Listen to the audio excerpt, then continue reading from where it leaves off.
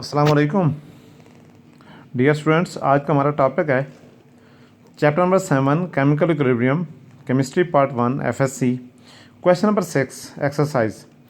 Data देखें 50 cubic centimetre of acetic acid whose density is equal to 1.049 gram per cubic centimetre is mixed with 50 cubic centimetre of ethanol. याद रखें यहाँ पर दो हमारे पास reactants हैं, एक एस्टिक एसिड है और दूसरा क्या है हमारे पास एथेनॉल है। दोनों का वॉल्यूम गिवन है और दोनों का वॉल्यूम भी इक्वल है, 50 cubic centimetre of acetic acid and 50 cubic centimetre of ethanol. दोनों की डेंसिटी है, डेंसिटी ऑफ एस्टिक एसिड है 1.049 gram per cubic centimetre and the density of ethanol is 0.789 gram per cubic centimetre. Means दोनों reactants की density और दोनों reactants का volume given है। What is the equilibrium composition of the mixture eight 25 degree Celsius temperature, room temperature है। तो इस पर हमने ये देखना है कि सिर्फ रिएक्टेंट्स नहीं, रिएक्शन करवा के जो है इसके साथ हमारे पास प्रोडक्ट बनेंगे तो उनकी भी कंपोजिशन हमने बतानी है। और इसके लिए Kc की वैल्यू गिवन है, Kc is equal to 4। Answer हम बाद में चेक कर लेंगे। अब हम इस क्वेश्चन को सॉल्व करते हैं। तो क्वेश्चन को सॉल्व करने के लिए देखें, सबसे पहले जो हमें डाटा गिवन है इसको हम अरेंज करते हैं अपनी ज़रूरत के मुताबिक। देखें सबसे पहले हमारा पहला रिएक्टेंट है एस्टिक एसिड और एस्टिक एसिड का वॉल्यूम गिवन है 50 क्यूबिक सेंटीमीटर और डेंसिटी गिवन है 1.049 ग्राम पर क्यूबिक सेंटीमीटर। साथ ही साथ देखें दूसरा हमारे पास जो रिएक्टेंट है वो है एथेनॉल। वॉल्यूम है 50 क्यूबिक सेंटीमीटर और डेंसिटी है 0.789 ग्राम पर क्यूबिक सेंटीमीटर। ठीक हो गया। अब इन दोनों वैल्यू से जो हमें पैरामीटर या डाटा गिवन है इससे हमने दोनों रिएक्टेंट का मास कैलकुलेट करना है। और मास के लिए बेटा हम जानते हैं कि density is equal to mass per unit volume होता है। अब हम इस इक्वेशन को अगर हम मास के लिए रीअरेंज करें तो हमें क्रॉस मल्टीप्लाई करना है and the mass will be equal to density into volume. यही फार्मूला हम एस्टिक एसिड के लिए भी यूज़ कर लेंगे और यही फार्मूला हम एथेनॉल के लिए भी यूज़ करेंगे, क्योंकि हमने दोनों का मास कैलकुलेट करना है जी। अब इन दोनों का मास कैलकुलेट करने के लिए दोनों की डेंसिटी और वॉल्यूम इनकी वैल्यू पुट करें। तो density of acetic acid 1.049 gram पर सेंटीमीटर क्यूब इनटू वॉल्यूम है 50 क्यूबिक सेंटीमीटर। तो 50 सेंटीमीटर क्यूब से सेंटीमीटर पर क्यूब कैंसिल हो जाएगा और हमारे पास यूनिट बच जाएगी ग्राम। इस तरह हम इसको सॉल्व कर लेंगे। तो सॉल्व करने के बाद 1.049 into 50 will be equal to 52.45 gram. अब दूसरी तरफ आ जाएं, दूसरी तरफ हमारे पास है एथेनॉल। एथेनॉल का मास हम कैलकुलेट करते हैं इसी फार्मूले से। तो डेंसिटी और वॉल्यूम को मल्टीप्लाई कर लेंगे और डेंसिटी है 0.789 ग्राम पर क्यूबिक सेंटीमीटर और वॉल्यूम है 50 क्यूबिक सेंटीमीटर। आप सेंटीमीटर क्यूब से सेंटीमीटर पर क्यूब कैंसिल हो जाएगा और इसका दोनों को मल्टीप्लाई करने से जो आंसर आएगा दैट विल बी 39.45 ग्राम। जब दोनों रिएक्टेंट्स का मास हमारे पास आ गया तो अब दोनों रिएक्टेंट्स के हम नंबर ऑफ मोल कैलकुलेट करेंगे। नंबर ऑफ मोल कैलकुलेट करने के लिए फार्मूला आप लोग ऑलरेडी डिस्कस कर चुके हो और वो है मास इन ग्राम ओवर मोलर मैस।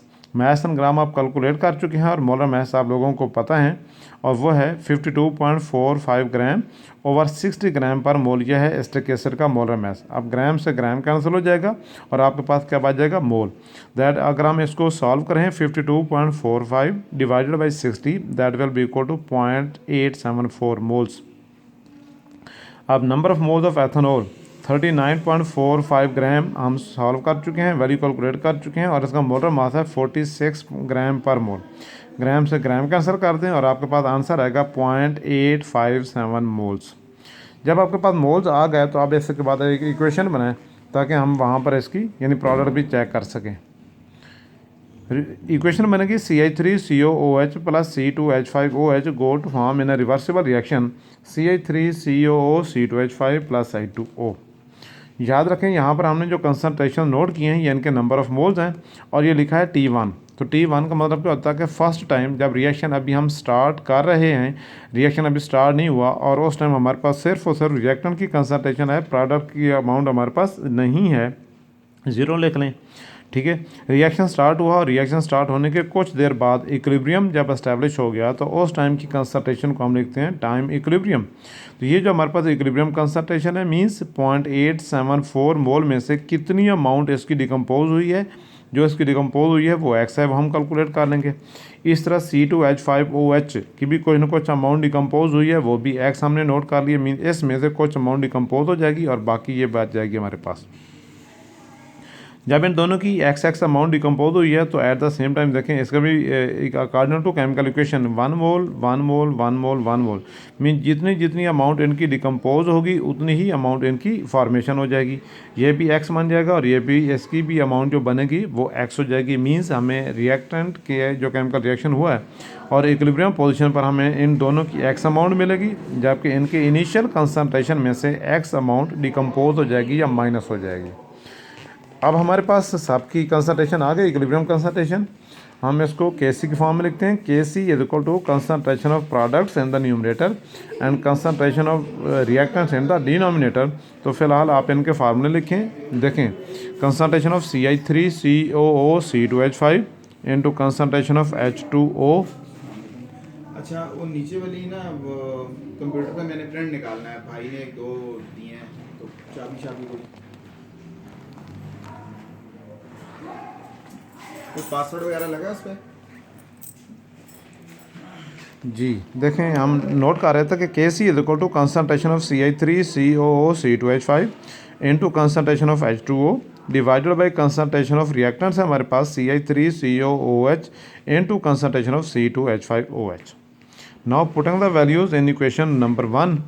अब इसमें हम वैल्यूज पुट करें। वैल्यूज कौन कौन सी पुट करनी है? हमारे पास ये वाली वैल्यूज हैं, ये 2 रिएक्टेंट्स की हैं और ये 2 क्या हैं, प्रोडक्ट्स की हैं। तो यही वैल्यूज हमने इनकी यहाँ पर पुट करनी है इक्विलिब्रियम कंसंट्रेशंस की। अब बड़ी एहतियात से इनकी वैल्यूज पुट करें और वैल्यूज पुट करने के बाद सॉल्व करना है। Kc is equal to concentration of product CH3COO C2H5 x है और इस तरह कंसंट्रेशन ऑफ वाटर भी x है। जबकि रिएक्टेंट की कंसंट्रेशन देखें तो 0.874 माइनस एक्स और 0.857 माइनस एक्स।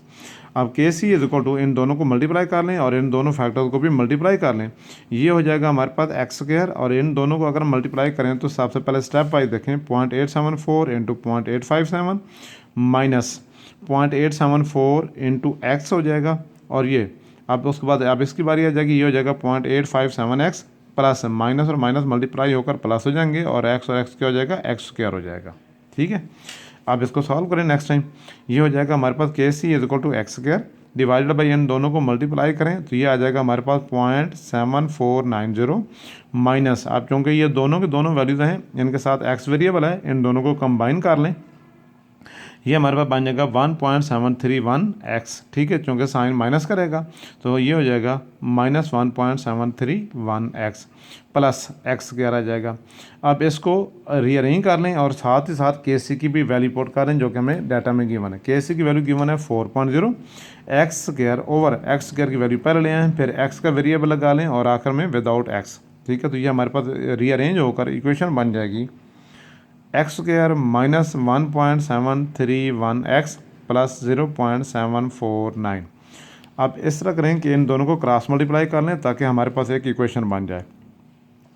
क्रॉस मल्टीप्लाई करने से क्या होगा, 4 इंटू एक्स स्क्वायर, ये 4x स्क्वायर हो जाएगा, माइनस आ जाएगा साइन 4 इंटू 1.73 एक्स को सॉल्व करें तो ये बन जाएगा 6.924 एक्स प्लस आ जाएगा साइन, फिर 4 इंटू 0.749 को सॉल्व करें ये बन जाएगा 2.996 is equal to x square हो जाएगा।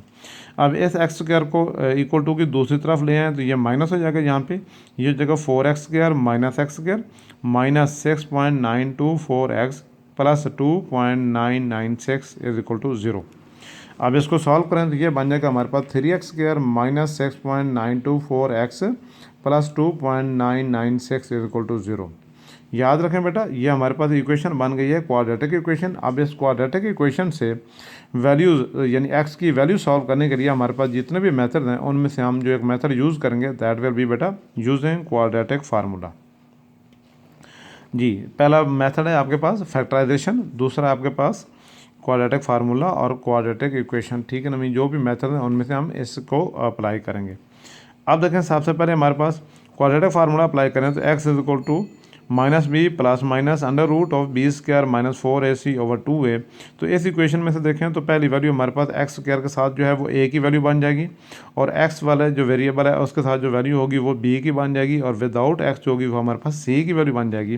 तो अब हम इसके अंदर वैल्यूज पुट करेंगे, तो वैल्यूज पुट करें, देखें माइनस बी इधर भी फार्मूला का माइनस है और वैल्यू के अंदर भी माइनस है, तो माइनस और माइनस प्लस हो जाएंगे, तो वैल्यू बन जाएगी plus 6.924 plus minus under root minus b का स्क्वायर माइनस 6.924 का स्क्वायर ले लें माइनस 4ac, 4 फार्मूले में से ए की वैल्यू 3 है यहाँ पे और बी की वैल्यू हमारा सी की वैल्यू हमारे पास है 2.996, ठीक है, डिवाइडेड बाई 2a, 2 इंटू 3। अब इनको सॉल्व करें स्टेप बाय स्टेप बड़ी एहतियात के साथ।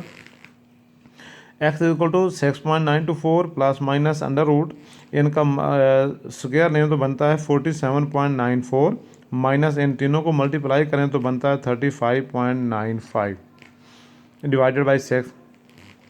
Now x is equal to 6.924 plus minus इन दोनों को माइनस कर लें, आंसर आएगा 11.99 अंडर रूट हो जाएगा डिवाइडेड बाई 6। अब 11.99 का अंडर रूट लेना है तो ये बन जाएगा x equal to 6.924 plus minus 3.46 divided by 6। यहाँ तक सॉल्व हो गया। अब इसको फर्दर सॉल्व करेंगे तो हमारे पास x की 2 वैल्यूज़ आएंगी और वो जो x की 2 वैल्यूज़ आएंगी उनमें से कोई एक वैल्यू हमने चूज़ करनी है जो सूटेबल होगी। देखते हैं कौन सी 2 वैल्यूज़ आती हैं। देखिए either x equal to 6.924 plus 3.46 over 6 mean यहाँ पर जो हमारे पास प्लस और माइनस दोनों थे दोनों को हमने सेपरेट कर लिया, या तो प्लस के साथ वैल्यू होगी या माइनस वाली वैल्यू होगी। एक वैल्यू ये हो जाएगी 6.924 plus 3.46 divided by 6 and this will be equal to 1.73। दूसरी वैल्यू बन जाएगी 6.924 minus 3.46 divided by 6, this will be equal to 0.577। तो याद रखें ये वैल्यू हमारे पास छोटी है 0.577, जबकि ये वैल्यू क्या है हमारे पास बड़ी है। ये वैल्यू एक्सेप्टेबल नहीं है क्योंकि ये हमारे रिएक्टेंट्स की इनिशियल कंसंट्रेशन से भी बहुत ज़्यादा है।